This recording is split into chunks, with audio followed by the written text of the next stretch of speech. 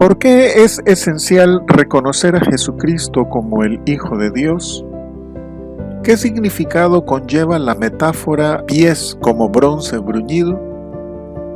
¿Cómo podemos lograr que nuestras obras postreras sean más que las primeras? ¿Cuál era el contenido de la enseñanza de Jezabel que se semeja a muchas de hoy?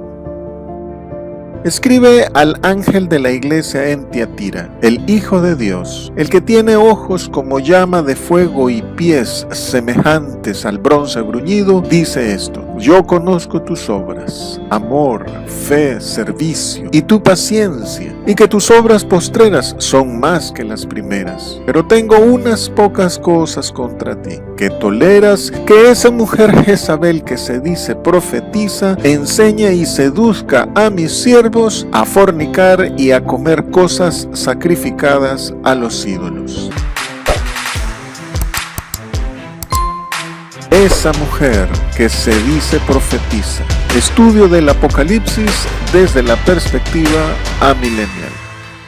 Tiatira. La cuarta carta dirigida a Tiatira es la más larga de las 7 escritas a las iglesias de Asia. El nombre Tiatira significa perfume, pero según el diccionario de definiciones griegas de Thayer, este significado hace referencia al olor de aflicción o al olor del sacrificio en el parto. La ciudad de Tiatira estuvo situada a unos 60 kilómetros de la costa Egea, a orillas del río Hedis, como a 43 kilómetros al noreste de Sardis y a 90 kilómetros al noreste de Esmirna. Según Plinio el Viejo, la ciudad existía anteriormente con el nombre de Pelopia y de Eutipia. La Tiatira bíblica fue fundada por Seleuco, uno de los generales de Alejandro Magno, alrededor del año 133 a.C.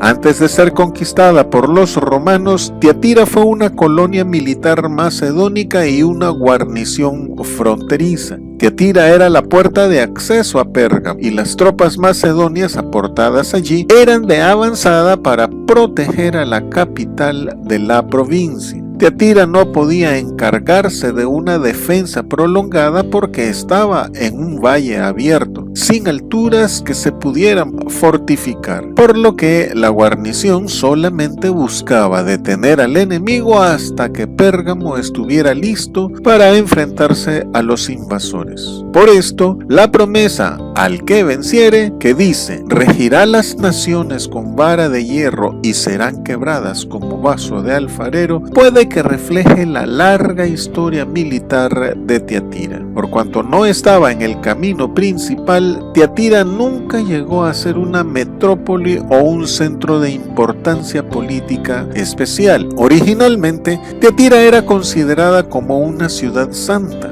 porque aquí estaba el templo del antiguo dios Sol, Tirimno, el Apolo griego, al que se le representaba a caballo y blandiendo un hacha de guerra y un garrote. Según la mitología, Tirimno era hijo de Zeus y su culto estaba mezclado con el culto a César, también proclamado como hijo encarnado de los dioses. Y al igual que otras ciudades greco-romanas, en Tiatira también veneraban a otros dioses como Hércules y Atenea, que también eran hijos de Zeus. Por esto, en Tiatira el conflicto entre cristianismo y paganismo fue inmediato y central. De aquí que el Señor Jesucristo se presenta a esa iglesia como el Hijo de Dios. Tiatira también fue un centro industrial próspero, destacado por sus diversas actividades artesanales: la tejeduría, el tinte, el trabajo del cobre, el curtido, la alfarería, etc., lo que la convirtió en la ciudad más rica de Asia Menor. Los que trabajaban con los tintes utilizaban la raíz de la rubia, llamada también granza, como fuente de su famoso color púrpura escarlata, conocido en tiempos posteriores como laca. Las frases de presentación del Señor Jesucristo de ojos como llama de fuego y pies como bronce bruñido resultaban muy comprensibles a un obrero de bronce. Durante la primera visita del apóstol Pablo a Filipos, en Macedonia, entre los primeros conversos estaba Lidia, una prosélita y vendedora de púrpura en la ciudad de Tiatira. Es posible que fuese una representante de ventas en el extranjero de los fabricantes de Tiatira, una mujer de negocios de buena posición económica que poseía una casa lo bastante espaciosa como para hospedar al apóstol Pablo y a sus compañeros durante su estancia en Filipos. En lo que era Tiatira, hoy existe el pueblo de Akhisar, que significa Castillo Blanco, y pertenece a Turquía. Todavía se pueden ver en ella las ruinas de un antiguo templo pagano. Hijo de Dios. Esta es la única iglesia a la que el Señor se presenta con su título de Hijo de Dios, y es la única vez en el Apocalipsis en que se llama así al Señor. En contraposición con Tirimno de Tiatira y con el César y demás dioses greco-romanos, el Señor Jesucristo se presenta como el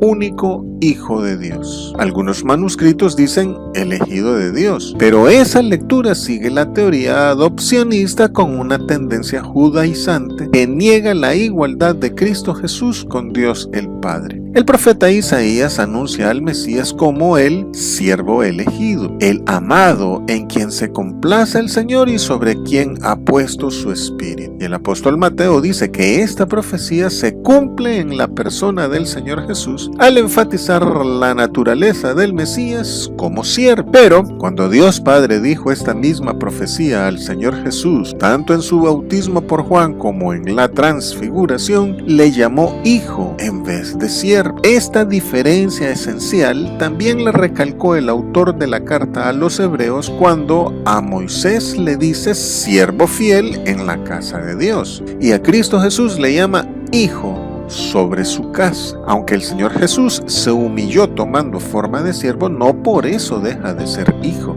De aquí que es supremamente sustancial mantener presente que Jesucristo es el Hijo de Dios. Llamar a Jesús Hijo de Dios implica su oficio mesiánico tanto como su naturaleza y esencia trinitaria. Muchos son los pasajes bíblicos que presentan al Mesías como Hijo de Dios. Cristo Jesús mismo se presentó como Hijo de Dios en sentido trinitario, de tal forma que las autoridades judías le acusaron de blasfemia e intentaron apedrearle por hacerse igual a Dios. Por esto, el título Hijo de Dios implica la participación de Jesús de la naturaleza divina, de tal forma que la relación entre Jesús y Dios el Padre es mucho más que meramente mesiánica. El título Hijo de Dios define a Jesús desde la perspectiva de la tierra, así como el título Hijo del Hombre lo define desde la perspectiva del cielo. Esto implica además que el Hijo de Dios encarnado como Jesús de Nazaret ha vivido junto al Padre desde toda la eternidad. Este título también concentra la atención en la obediencia de Jesús al Padre a causa de su relación no meramente moral, sino filial con Él.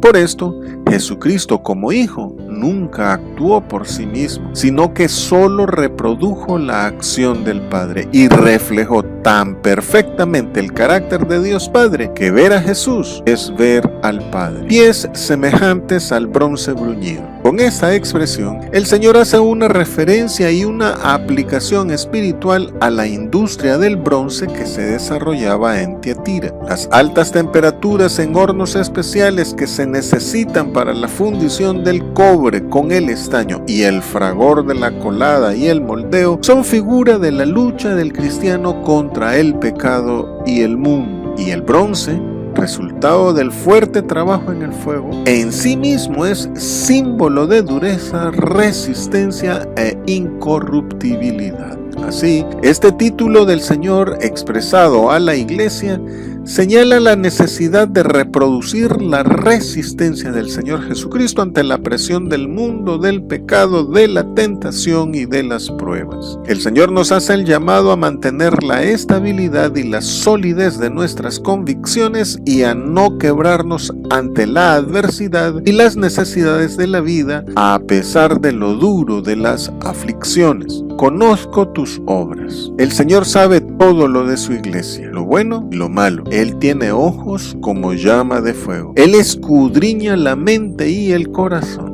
Es omnisciente y nada se le puede ocultar. Pero, al presentarse como el que tiene los pies como de bronce bruñido, les dice: yo he sido tentado en todo, pero estoy sin pecado. Por lo que el Señor se pone de ejemplo y les indica que ante los tropiezos y tentaciones ninguna excusa se le puede presentar. Amor y fe. El Señor sabe que nuestros hermanos de la iglesia en Tiatira se reunían para realizar una adoración conjunta y que se alegraban de la salvación de sus miembros. Pero el Señor les hace saber a ellos que también ha visto sus buenas obras. El Señor se alegra cuando también crecemos en amor y en fe, especialmente en los tiempos difíciles. Dice el apóstol Pablo que en Cristo Jesús lo único que vale es la fe que obra por el amor. Todos los cristianos debemos desear fervientemente y esforzarnos en que nuestras obras sean cada vez mejores, demostrando diariamente una fe en Cristo de muy buena calidad.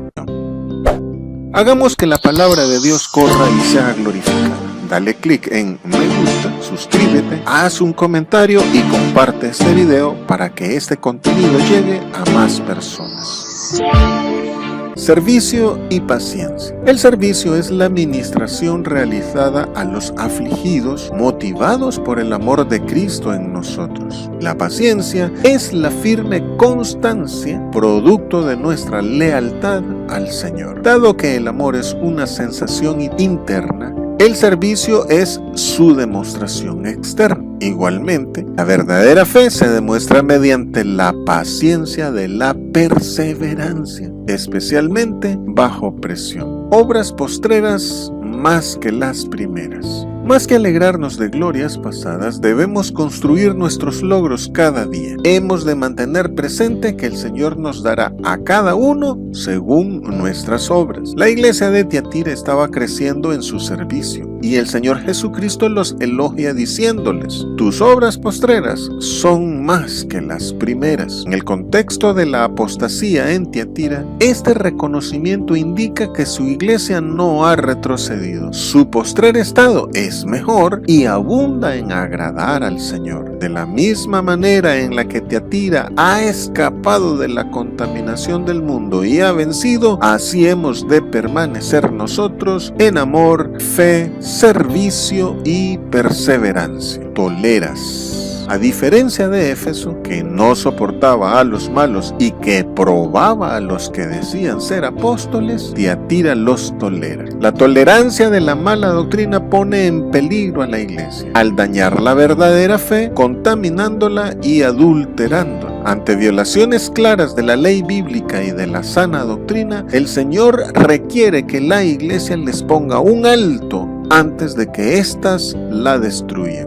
Jezabel. Había otro templo en Tiatira que estaba dedicado a la pitonisa Zambete, relacionada con las sibilas, unas mujeres profetisas o adivinas de la antigüedad que se creían ser inspiradas por los dioses. En este santuario había una profetisa, la que probablemente era esa mujer a quien el Señor Jesucristo llama Jezabel y que quizá pertenecía a la iglesia al estilo de Simón el Mago. Probablemente no era ese su nombre, sino una forma de dimensionar sus idolátricas actividades a través de la imagen de la extranjera y pérfida reina de Israel. Algunos exégetas, mediante tecnicismos del idioma griego, pues la palabra mujer viene del griego guné, que también puede significar esposa, dicen que esta Jezabel era la esposa del obispo de la iglesia de Tiatira. Si así fuese, aumentaría el paralelismo con la Jezabel del rey Acab y explicaría de mejor manera la grave influencia sobre la congregación. Esta Jezabel debe haber tenido un gran dominio del lenguaje y de dar aspecto de gran piedad para que la iglesia la considerara profetisa.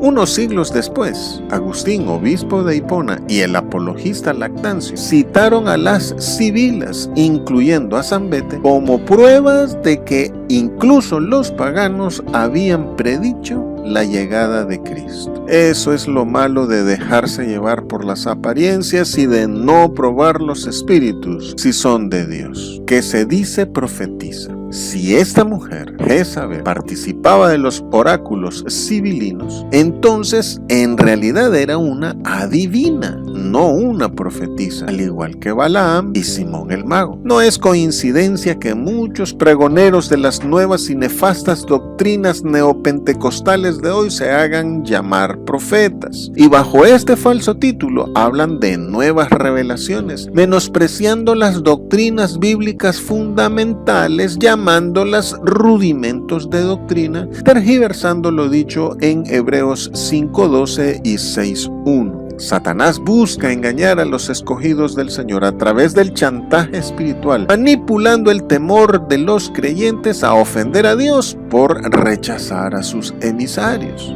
De aquí el llamado y nuestra insistencia a los creyentes a probar los espíritus si son de Dios. Esta misma técnica engañosa la utilizaron Mahoma, Elena de White en el adventismo y José Smith en el mormonismo, convenciendo a sus seguidores que, si niegan su carácter de profeta, se colocan en contra de Dios. Fornicar. Algunos creyentes de Tiatira participaban de los cultos paganos en los que, además de comidas dedicadas a los dioses, había orgías, por lo que hay que tomar de manera literal este señalamiento del Señor. Pero no solo cometían pecados sexuales, sino que, siendo parte de la esposa de Cristo, incurrían en infidelidad espiritual al participar del culto a dioses ajenos. La iglesia en Tiatira, al igual que los israelitas del Antiguo Testamento, se prostituyeron espiritualmente al seguir a dioses extraños y pasan a ser parte de la generación malvada y adúltera que el Señor denunció: comer lo sacrificado a los ídolos. Además de las orgías, otro de los grandes problemas de la iglesia primitiva eran las imágenes y las comidas ofrecidas a esos ídolos. Aún hoy persiste este problema ante las imágenes del catolicismo romano e instituciones similares. El apóstol Pablo dedica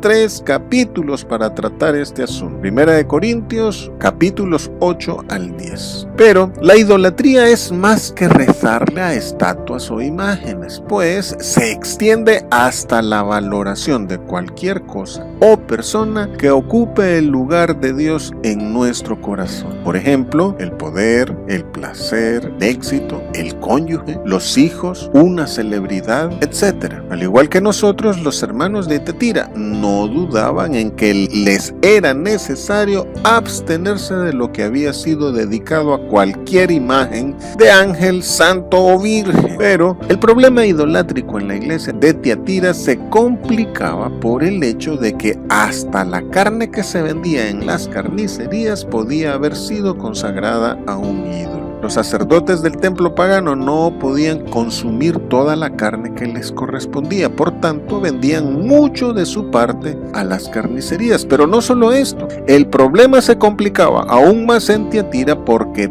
todas las actividades económicas estaban organizadas en gremios comerciales, por lo que cada artesano debía pertenecer a alguno de ellos. El detalle era que estos grupos artesanales estaban estrechamente conectados con el culto a los dioses, celebrando comidas de socios en los templos paganos que iniciaban con el sacrificio a los dioses y terminaban en borracheras y orgías. Debido a esto, los obreros cristianos debían apartarse de estos gremios, pero el negarse a formar parte de uno de estos gremios significaba renunciar a todas sus perspectivas de existencia comercial. Un artesano que no era miembro de un gremio y no participaba de las actividades religiosas paganas era excluido y por esto se veía sumamente limitado en sus labores, lo que equivalía a un suicidio económico. Y aquí era donde entraba Jezabel. Movida por los intereses económicos y comerciales, minimizaba minimizaba u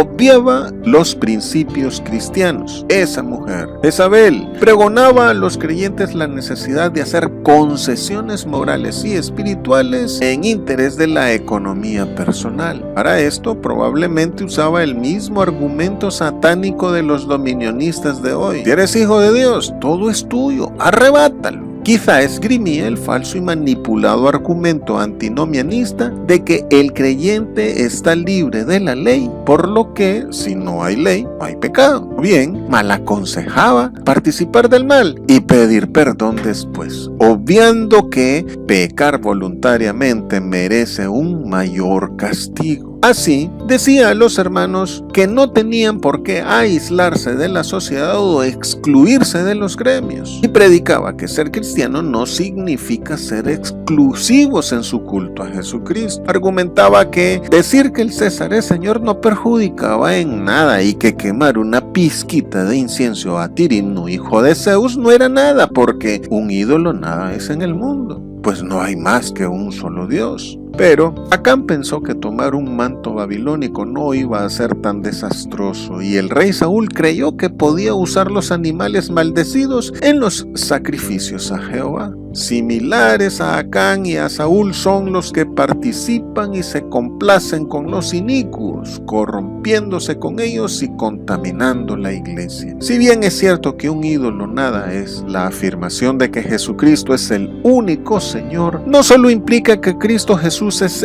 exclusivo, sino que también es excluyente. Él no comparte su gloria con nadie, por lo que el creyente en Cristo que participa de una actividad dedicada a un ángel, un santo o a una virgen se coloca en contra de Cristo Jesús. Jesucristo no es un Dios más entre los dioses, y la fe cristiana no es una religión más. La iglesia de Cristo es la asamblea de los redimidos de entre los de la tierra por el Cordero. Y dado que hemos sido sacados, separados y puestos aparte de entre los del mundo, ya no podemos participar de sus malas obras. El Señor denuncia a esa mujer como parte de aquellos que hablan de las profundidades de Satanás. Por tanto, ella era una emisaria del diablo que combinaba las satánicas doctrinas paganas con la sana doctrina cristiana. Jezabel estaba destruyendo a la iglesia, instándola a adaptarse a las corrientes y exigencias comerciales del mundo, a someterse al pecado para no enfrentarse a limitaciones económicas. Jezabel, entonces, es la antecesora de los que hoy predican la doctrina de demonios que hablan del éxito comercial y económico como con más peso